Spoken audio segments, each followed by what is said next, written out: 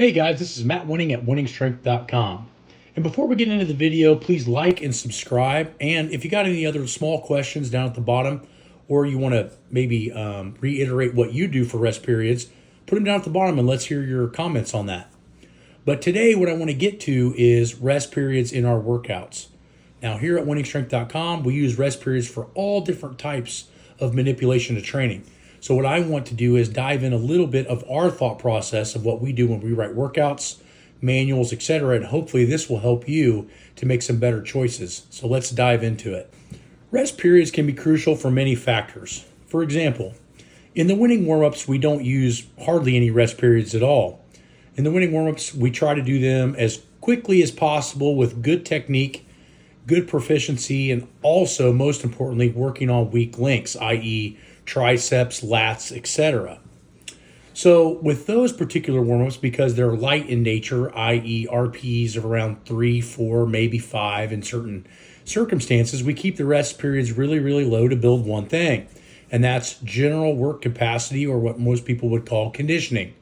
So again, we can and use rest periods to manipulate what we're doing with the training. If we have very low rest periods, if we pick the right exercises, we can induce higher levels of conditioning and GPP.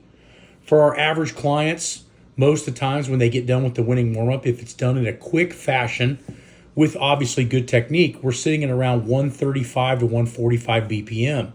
This increased heart rate, increased heat, and increased motor perception in the particular warm-up is going to not only help us if we're conditioned enough to be able to perform the main lift of the day, maybe a squat, a bench, or a deadlift, but it's also going to help us do that and get less injuries. We also know through studies that the ligaments and tendons are also heavily correlated with higher volumes and lower intensities.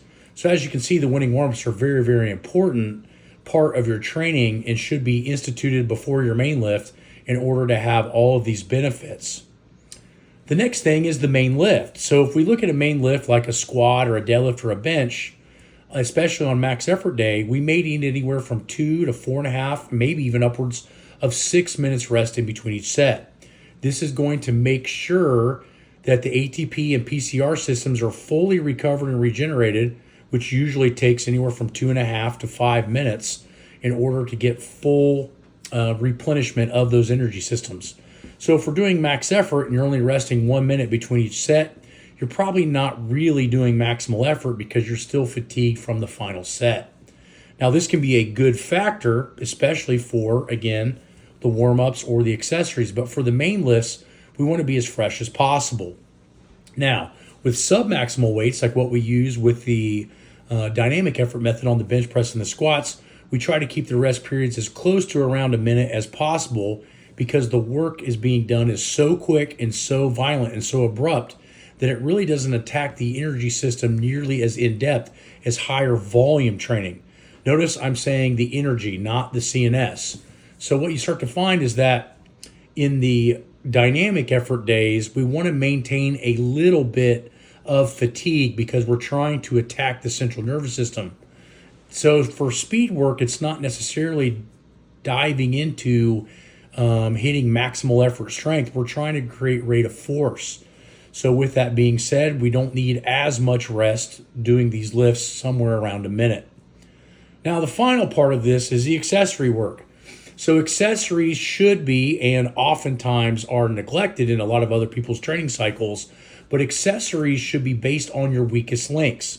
So although some people may look at weak links as, oh, this body part's not hypertrophied enough, or, my calves are small, or my shoulders need more development. Those are more aesthetic goals, but in strength training, what we're looking for is which muscles are either agonistic or antagonist, not playing their role. So a lot of times it's hamstrings, could be glutes, could be core, could be triceps, could be lats.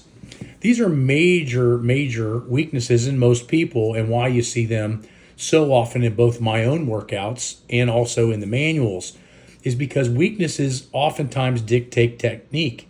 This means that if you have weak lats that don't activate, you're going to bench as such. If you have weak hamstrings, you're going to squat as such. The point is that as you train those muscle groups, hopefully in your accessory work with not only moderate to medium high volume, but also extremely high intensity. Post main lift, you should see that we start to potentiate or preload the weaknesses in the beginning. And then in the middle, what we try to do is we attack the main lift for either rate of force or maximal strain. And then we go back to the muscles we should be using on the warm-up, and we're really attacking them with moderate volume but very, very high intensity. So as you can see, the warm-ups on this type of stuff and the rest periods, they're all tying in together. So rest periods, because you're doing stuff till failure or at least very, very difficult on the accessory work, may end up being somewhere between 2 and 3 minutes to be optimized. So if we break all this down, we can fit all this into an hour or less, which is also crucial and something that really hasn't been proven a lot in the books other than a handful of foreign literature. But in my opinion, after training for 30 years, I find it super important. So this whole video is designed for you to understand how important rest periods are and how you can manipulate them in your training to have different results. So when we're doing warm-ups, we want to maintain a higher heart rate. We want to get the temperature up. We want to get the connection to the muscle tissue at a heightened rate with specific exercises, not just general stuff.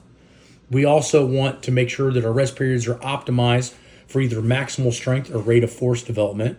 And then we want to make sure that hypertrophy in the right areas is utilized correctly with the accessory work.